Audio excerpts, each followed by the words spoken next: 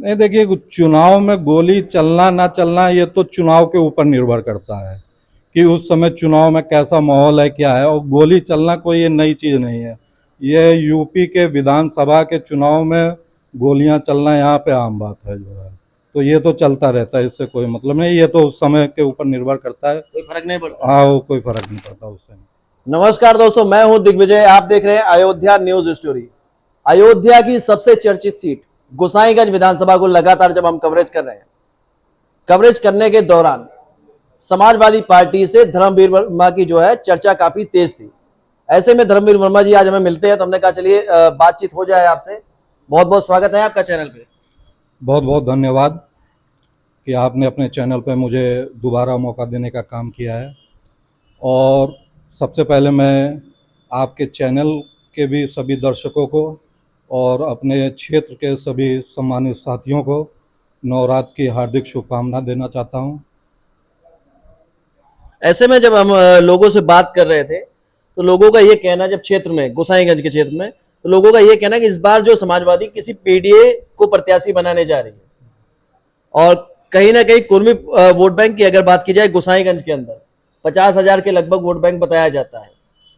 और आज आप से जब हम बात कर रहे हैं, तो हमने सोचा कि आपसे चर्चा हो जाए गोसाईगंज विधानसभा को लेकर, क्योंकि समाजवादी पार्टी से अभय सिंह निकलकर बीजेपी में जा चुके हैं और बीजेपी में खब्बू तिवारी, अभय सिंह को लेकर यह भी चर्चा है कि दोनों में से कोई एक प्रत्याशी यहां पर रहेगा और बाहुबली वर्सेस ये चुनाव हो सकता है। हाँ, ये बात आपकी सही है कि भाजपा देखिए इस बार किसको टिकट देती है। अभय सिंह जी को टिकट देती है कि खब्बू तिवारी को टिकट देती है। ये भाजपा का अपना व्यक्तिगत विषय है, उस पर मैं बहुत कुछ नहीं कहना चाहूँगा।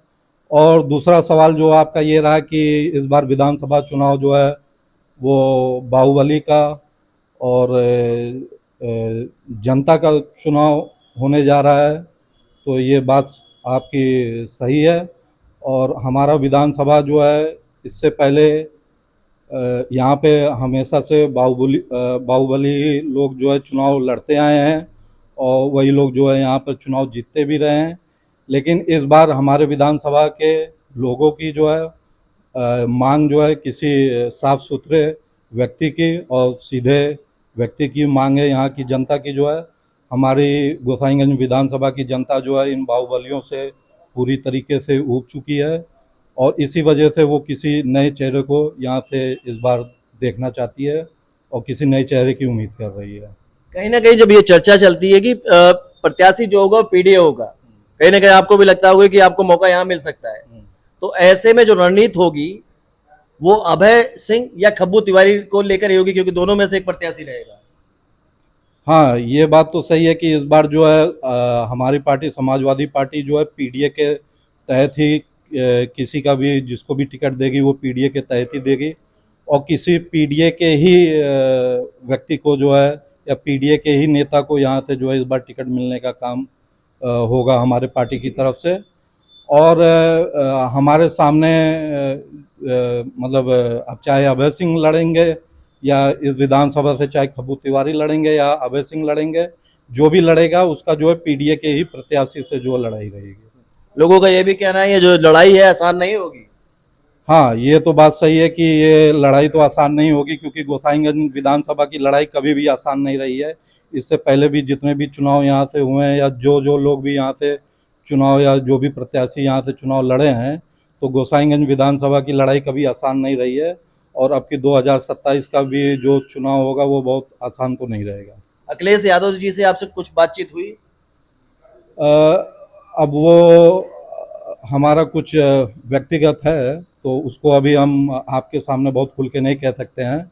लेकिन यह है कि मतलब हमारी मुलाकात हो चुकी है और क्या बात हुई है वो हमारा व्यक्तिगत मामला है। जब पार्टी कहेगी तो हम उसके बारे में आपसे बाद में शेयर करेंगे, उसको हम आपसे बाद में बताएंगे जो है, लेकिन अभी नहीं। गोसाईगंज की जो जनता है उनसे आप क्या कहना चाहेंगे?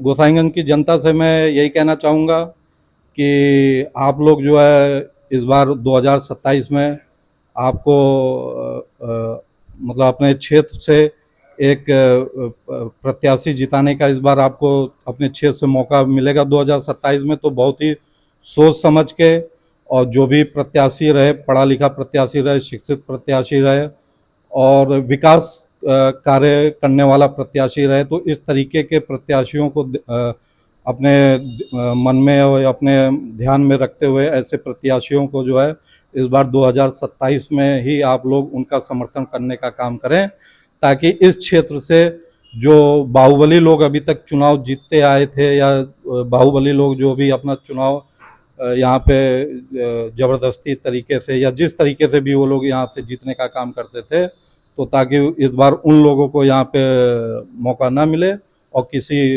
अच्छे प्रत्याशी को आप लोग जिताने का काम करें यहाँ से। ऐसे में गोसाईगंज विधानसभा की अगर बात की जाए, गोसाईगंज विधानसभा काफी ज्यादा चर्चित रही है। जैसे पिछला चुनाव आप देखेंगे, गोली का कांड हुआ, तमाम गोलियां चल गई, तो ऐसे में लोग कह रहे हैं कि नया प्रत्याशी जो है कोई बाहुबली उतरना चाहिए। नहीं, देखिए, चुनाव में गोली चलना ना चलना ये तो चुनाव के ऊपर निर्भर करता है कि उस समय चुनाव में कैसा माहौल है, क्या है। और गोली चलना कोई ये नई चीज़ नहीं है, ये यूपी के विधानसभा के चुनाव में गोलियां चलना यहाँ पे आम बात है जो है, तो ये तो चलता रहता है, इससे कोई मतलब नहीं, ये तो उस समय के ऊपर निर्भर करता है। कोई फर्क नहीं पड़ता। हाँ, वो कोई फर्क नहीं पड़ता, उससे नहीं मतलब कोई। तो कैसे आपकी भी छवि बाहुबली वाली रहेगी क्या? नहीं, हमारी छवि बाहुबली वाली नहीं है, हम तो पढ़े लिखे व्यक्ति हैं और हमारे बारे में क्षेत्र में सम्मानित सभी क्षेत्रवासी हमारे बारे में जानते भी हैं, और आप हमारे बारे में पता करना चाहते हैं तो आप क्षेत्र में पता भी कर सकते हो, बल्कि आप लोग बराबर क्षेत्र में चल रहे हैं, कवरेज कर रहे हैं, तो अब तक आपको हमारे चरित्र के बारे में और हमारे बारे में अनुभव हो भी गया होगा। तो हम ना हमारा परिवार कभी बाहुबली तरीके से था, और ना हमारा परिवार का दूर दूर तक बाहुबलियों से कोई लेना देना है। अंत में क्या संदेश देना चाहेंगे? अंत में मैं अपने सभी दर्शकों को एक बार पुनः नवरात्रि की शुभकामनाएं देना चाहता हूं, और सभी गोसाईगंज के सम्मानित जनता से ये कहना चाहता हूं कि 2027 का चुनाव आ रहा है, और इस बार जो है आप बहुत ही सोच समझ के और अपने अपने बूथों को जिताने का काम करिएगा और भाजपा को हराने का काम करिए, क्योंकि जिस तरीके का इस समय माहौल है या जिस तरीके की इस समय परिस्थितियां हैं, तो आने वाले समय में 2027 के चुनाव में भाजपा का परिवर्तन होना और भाजपा का इस सत्ता से बाहर होना बहुत ही ज़रूरी है। तो इसी वजह से आप लोग 2027 को अपने दिमाग में और मन में रखते हुए बहुत ही सोच समझ के, और मैं एक बात और कहना चाहूँगा कि भाजपा को हराने के लिए और सत्ता से बाहर करने के लिए एकमात्र विकल्प वो है समाजवादी पार्टी, क्योंकि इस समय पूरे प्रदेश में अगर कहीं भी भाजपा के खिलाफ लड़ने का कोई भी पार्टी काम कर रहा है तो वो सिर्फ और सिर्फ समाजवादी पार्टी है। बसपा भी मैदान में है। बसपा मैदान में है, लेकिन बसपा जो है कभी आज पिछले 10 सालों से 15 सालों से वो लड़ने का काम नहीं कर रही है। बसपा जो है एक तरीके से कह लीजिए कि वो भाजपा की ही जो है एक तरीके से सेकंड पार्टी कह लीजिए कि अभी तक आप पिछले भी चुनाव में देखेंगे बसपा ने जो जो कैंडिडेट भी उतारे हैं अपने, वो सभी डमी कैंडिडेट उन्होंने उतारा है, और वो भी जो है भाजपा के ही इशारों पे जो है उन्होंने अपना प्रत्याशी उतारने का काम किया। तो इसी वजह से पिछले 10 सालों में भी बसपा ने कोई भी चुनाव लड़ने का नहीं काम किया, और अभी जो 2027 का चुनाव आ रहा है उसमें भी बसपा लड़ेगी नहीं जो है। ठीक है, वो कहने के लिए कैंडिडेट वो अपना उतार देगी दिखाने के लिए, लेकिन उसका कोई मतलब नहीं है। जो लड़ाई रहेगी वो सीधे सीधे भाजपा और समाजवादी पार्टी के बीच की लड़ाई है। अंत में एक सवाल जो समाजवादी पार्टी से जुड़ा हुआ है, अयोध्या जिले में समाजवादी पार्टी के दो बड़े नेता, सांसद जी अवधेश प्रसाद और दूसरा पवन पांडे, दोनों के लिए आप क्या कहना चाहेंगे?